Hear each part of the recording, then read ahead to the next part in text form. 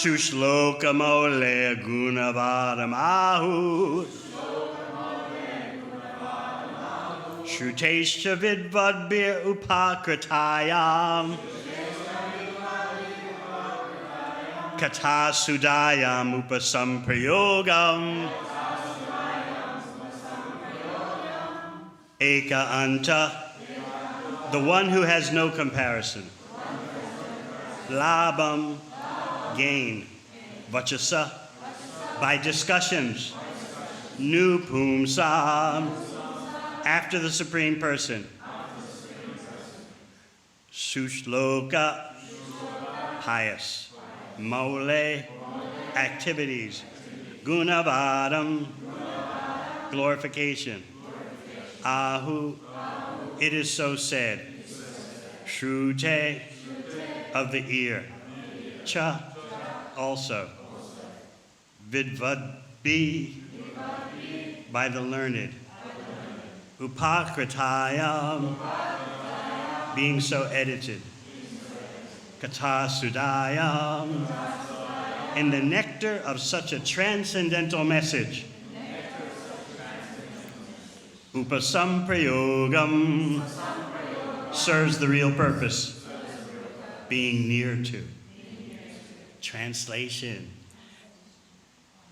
The highest perfectional gain of humanity is to engage in discussions of the activities and glories of the pious actor.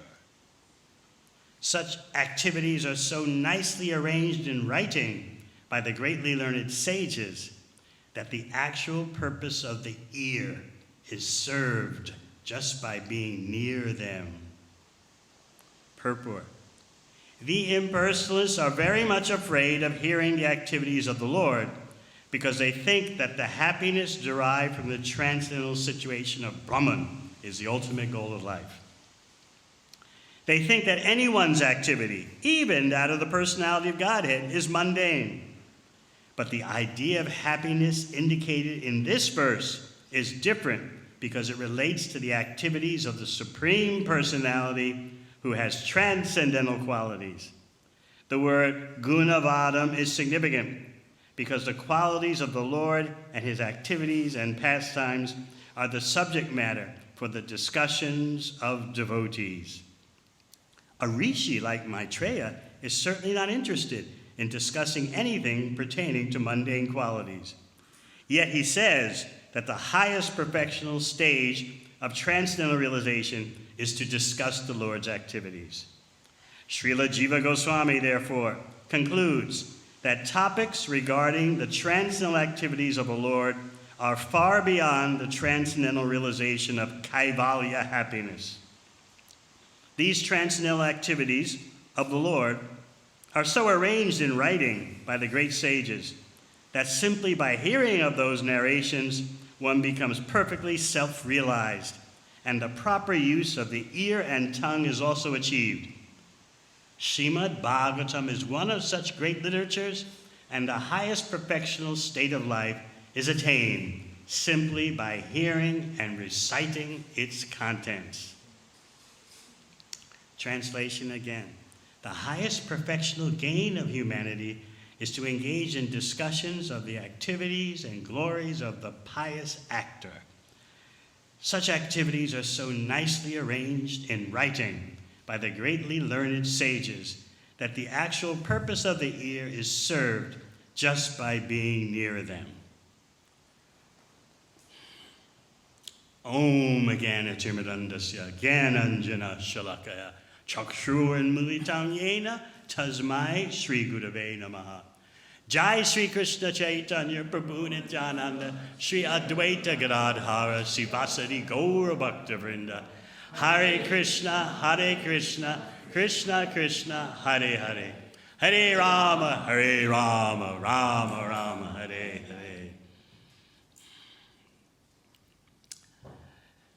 The end of this chapter is highlighting the theme that the glories of the Supreme Personality of Godhead are inconceivable.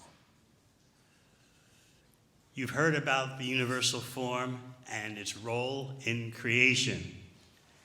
That certainly is inconceivable.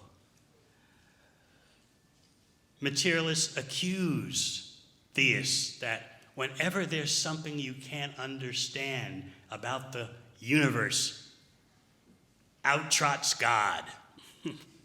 As many of you know, they call this God of the gaps. Whenever there's a gap in knowledge, you believers trot out of the stable God. And why do you do this? It's a primitive leftover from ancestral human beings of crude times. Hundreds of thousands of years ago, when human beings were simply hunters and gatherers. And therefore, in order to survive, they had to be very sensitive to things rustling in the bushes that they couldn't see immediately. And this conferred this constant awareness of unseen things rustling in the bushes or swinging in the trees high above the primitive humans. This consciousness, this paranoia, conferred an evolutionary advantage. And gradually this sensitivity to things happening due to causes beyond our vision, that descended into today, into human beings today. And therefore, you are what is known as a hypersensitive agency detection device. You've made the jump from hearing a rustling in the bushes and thinking, oh no, it could be a tiger, it could be a snake. You've made a jump now in your advanced human state. You've made it a jump to thinking, there's God! So there are different types of atheists that you can be if you want your choice. Number one, the most desirable among atheists is the analytical atheist, one who supposedly studies the cosmos, studies the world situation, and through that analysis of so-called logic and reason concludes there's no God. Then there is what's called the organic atheist. Someone who just kind of naturally comes to that conclusion without any pressure. And kind of atheism that's not wanted by the atheist is the coerced atheist. Someone who's like grown up in nations that make religion illegal and whose official party doctrine is atheism. That most atheists look down upon that coerced atheism. No, it should be organic, it should be analytical. And then, what are most people today? They're in the slot, in the category called apatheism. That's a combination of apathy and theism. Like, what do you think about God? Never think about it. What was the score of the footy yesterday? In other words, an apatheist is someone who just has no thought of whether there's God or not, or what's that got to do with my Saturday night? Yeah, someone may believe, they may not believe. I don't know, I don't care. Like if I'm speaking about this in the USA, I say, to an apatheist, you mention Jesus. Who's that, a Latin American baseball player? Because so many Latin American baseball players, they say, Jesus. Jesus Hernandez or something like that. So this is what's generally going on in Australia, I see. Apatheism. God, how's the surf today?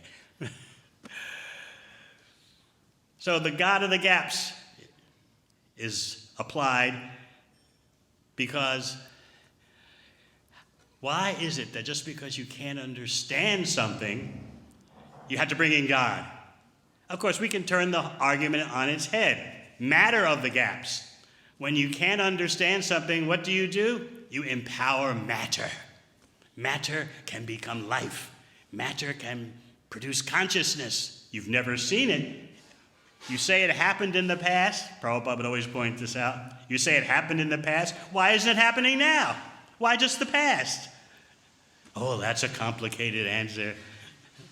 So this is matter of the gaps. You empower inert matter with inconceivable potencies. So where is the experience of that? Where are the great personalities who attest to that? The advantage of Srimad Bhagavatam is you have access to the realizations and wisdom of the greatest personalities in the universe and beyond. Unless you have access to authorized knowledge, you can't make any advancement as a human being, as a human society. So this is the unique gift of Lord Chaitanya's Sankirtan movement, giving access to the most authorized knowledge. And if you apply that knowledge, you'll get the results. The results are described. Someone who's an impersonalist, and that's another variation. They, as Prabhupada writes, the impersonalists are very much afraid of hearing the activities of the Lord because they think that the happiness derived from the transcendental situation of Brahman is the ultimate goal of life. They think anyone's activity, even that of the personality of Godhead, is mundane. And of course, for the bhaktas, we thrive on hearing and discussing descriptions of the name, form, qualities, and pastimes of Krishna. How can that disturb your quest for ultimate happiness? That is the ultimate happiness. Even regarding Sri Chaitanya Mahaprabhu, the Mayavadi sannyasis of Varanasi, they couldn't understand. What are you doing? This chanting, this dancing, this singing of the holy names? You are a sannyasi. You're supposed to be stretching your brain to study what is Brahman. Why are you, Prakashananda Saraswati asked, why are you hanging out with sentimentalists? The same occurrence happened with Haridas Thakur. He's wandering around in Gaudadesh during the time of, this is right before the time Sri Chaitanya Mahaprabhu appeared, and he's going from one Vaishnava assembly to another. And this time, he's at the home of the Majumdars. And they had invited him, please, Haridas, come out of your hut, come out of your solitude. We're having a Vaishnava Katha gathering. So he arrived, and everyone offered their humble obeisances, knowing this is the arrival of Haridas Thakur. They began to glorify him. Chaitanya Charitamrita says they began to glorify him like each one had 5 mouths. Oh, if we could only glorify Vaishnavas like that. 1 mouth is not enough. If I only had 5 mouths, still that wouldn't be sufficient to chant the glories of the Vaishnavas. And they were exclaiming about Haridas Thakur chanting 300,000 names a day. So then, in discussing the glories of the holy name, and this is important, because just as Krishna is inconceivable, so is his name. That name that we're supposed to be chanting every day with attention, that has inconceivable Shakti, Nam Namakari Bahuda, Nija Sarva Shakti. It's full, it's complete. The name is Krishna. So the devotees gathered at this house were discussing the glories of the holy name.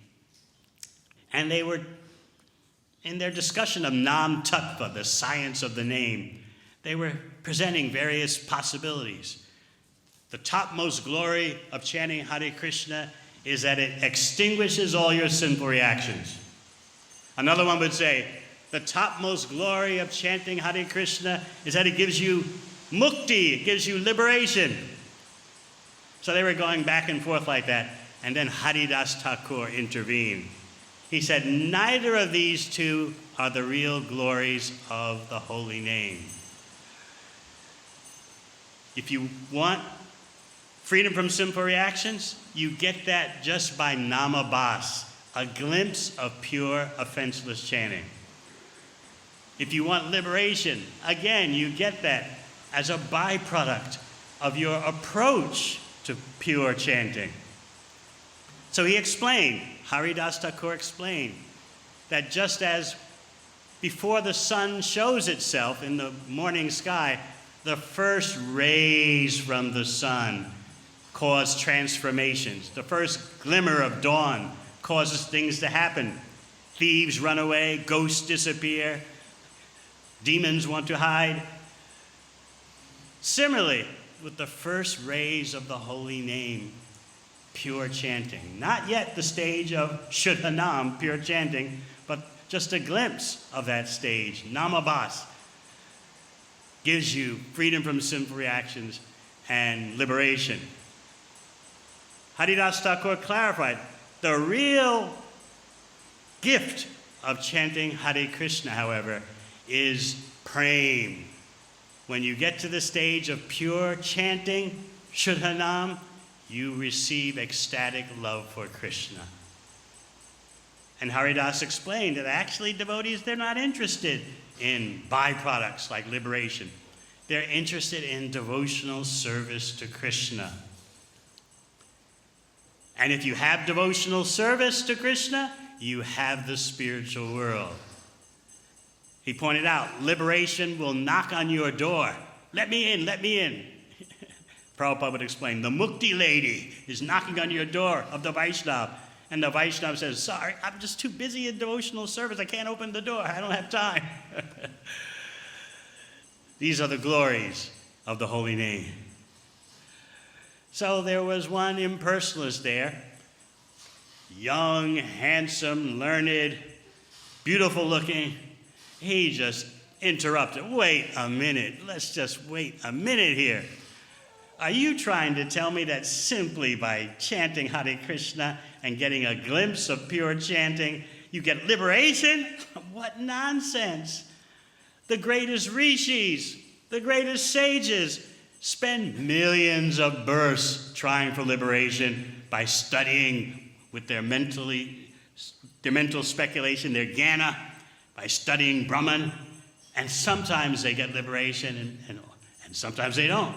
And you're trying to tell us that simply by chanting Hare Krishna, you get liberation, the supreme destination, the ultimate? And Haridas Thakur said, yes, that is a fact. Just by the first glimmer of pure, offenseless chanting, you're free from material existence. The impersonalist, Gopal Chakravarti, he just couldn't digest this. It's revolting to him. Krishna's activities, Krishna's qualities, they are the highest manifestation of Maya. They're good for temporary meditational value until you realize that everything is Brahman. And then you kick away props like Krishna's name, form, qualities, pastimes. This is what the impersonalists think. So this young man became so arrogant that he said to Haridas Thakur, if it is not true what you're saying, that just by namabhas, a shadow stage of pure chanting, you get liberation. If that's not true, I'll cut off your nose. Everyone in the audience was, oh my God, oh, what an offense. But Haridas Thakur took up the challenge. He said, if it's not true, I'll cut off my own nose. So there was a huge uproar in the assembly. The participants in the assembly, the Katha session, realized we are witnesses to a great offense. So there was a tumult, and the masters of the house, these wealthy householders, they actually had employed this impersonalist Brahmana as a tax collector for them, bringing in revenue. And so they dismissed him immediately. You're fired. don't come into this house again. And so Gopal Chakravarti, of course, left, and all the devotees fell at the feet of Haridas Thakur. Please forgive us. And of course, Haridas Thakur told them, it's not your fault, and it's also not even the fault of this ignorant Brahmana. He's a mental speculator. How can a wannabe Jnani understand the glories of the holy name? It's not possible. So Haridas told them, don't feel bad for me. Just go home. May Krishna bless you. You know what happened. Many of you know what happened next. Gopal Chakravarti, the impersonalist Brahmana offender, was afflicted with leprosy. You would think when Haridas Thakur got the news, he was jubilant. Aha, just see. Revenge. No, he was unhappy. So he's always on the move. So he went from the house of the Majumdars to Shantipur, where his mate, Advaita Acharya, resided. And Advaita Acharya gave him a cave by the Ganga, and there they would gather together, the two of them, and discuss Krishna Katha, showing us, devotees, that this is how we associate, discussing talks about Krishna, talking about Krishna's service. That is the real way for Sangha. That's the real way for Vaishnava fellowship. Advaita Acharya explained to Haridas Thakur very deep and profound meanings of Bhagavad Gita and Srimad Bhagavatam. You might say, well, how can you get deep explanations about Bhagavad Gita? Well, appeal to Advaita Acharya. They both discuss the fallen condition of the world. And so Chaitanya Charitamrita says that Mahaprabhu appeared because of these two.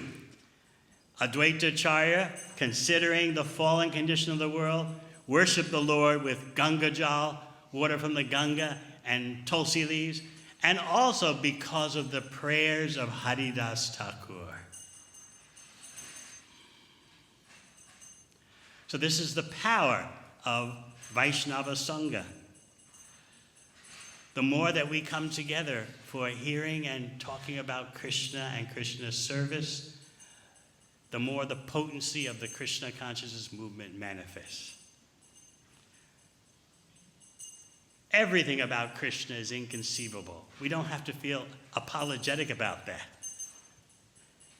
What can people understand about their own material existence? They're living encased in such ignorance. I was hearing from some oceanographers, scientists who study the ocean, and they said that we know less about the depths of the ocean on the Earth planet than we know about the moon.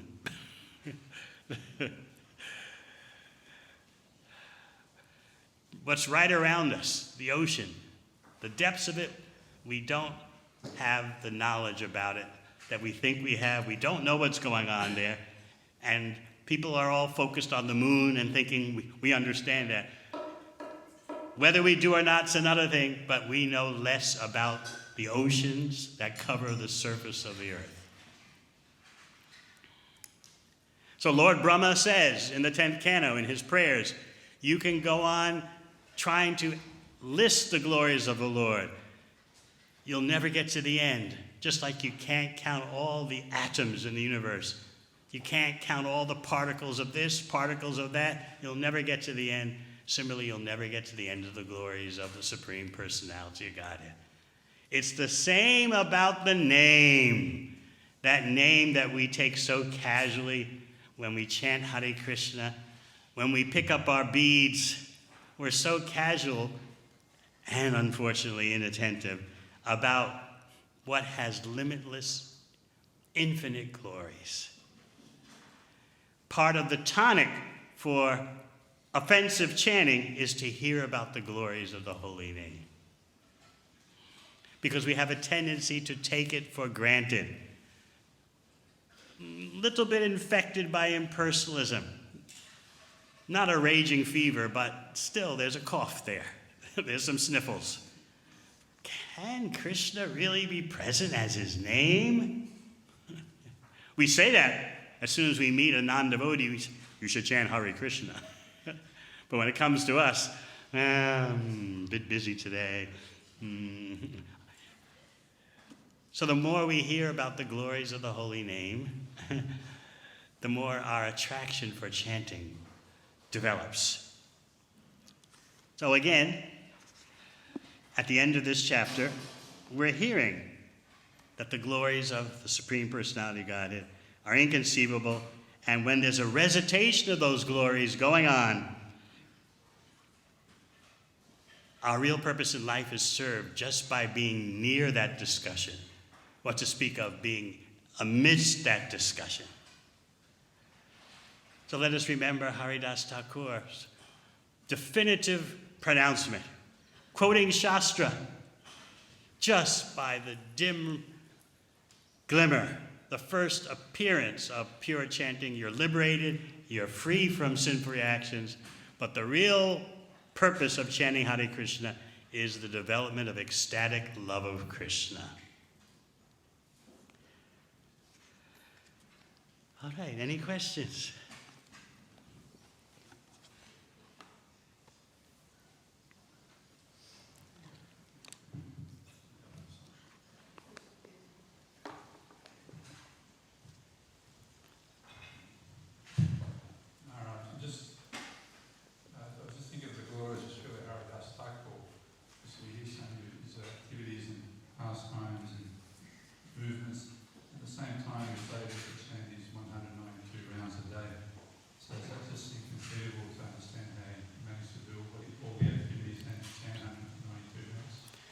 Obviously, Haridas Thakur was expert at minimizing all other activities. He's empowered to chant Hare Krishna. That's part of the empowerment.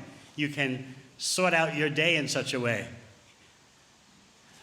Of course, at the same time, we're told not to imitate Haridas Thakur. That doesn't mean anyone who's seriously trying to chant Hare Krishna is, you're imitating Haridas Thakur, just forget it.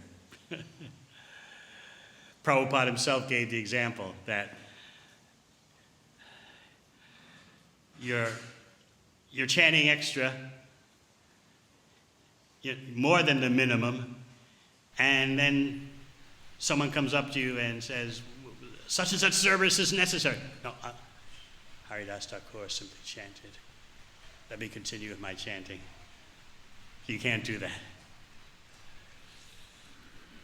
A mature Vaishnava knows when to do what. In the very mature stage of devotional service, yes, you just want to chant. You wonder, why 16 rounds? Why not 16 million rounds?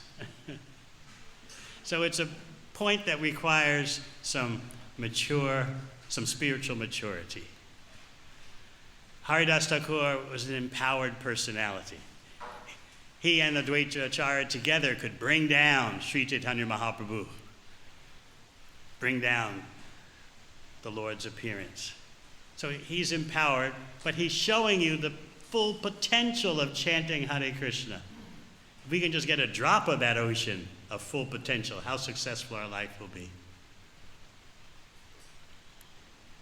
So naturally, if you're making advancement in your spiritual life, you're going to feel like, why do I have to stop at 16? Why can't I just keep chanting?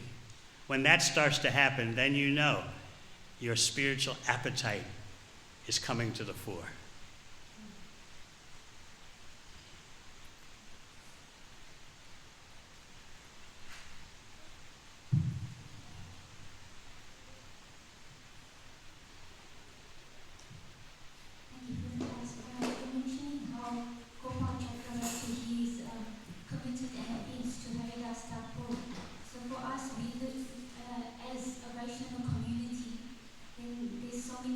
Sometimes indiscretions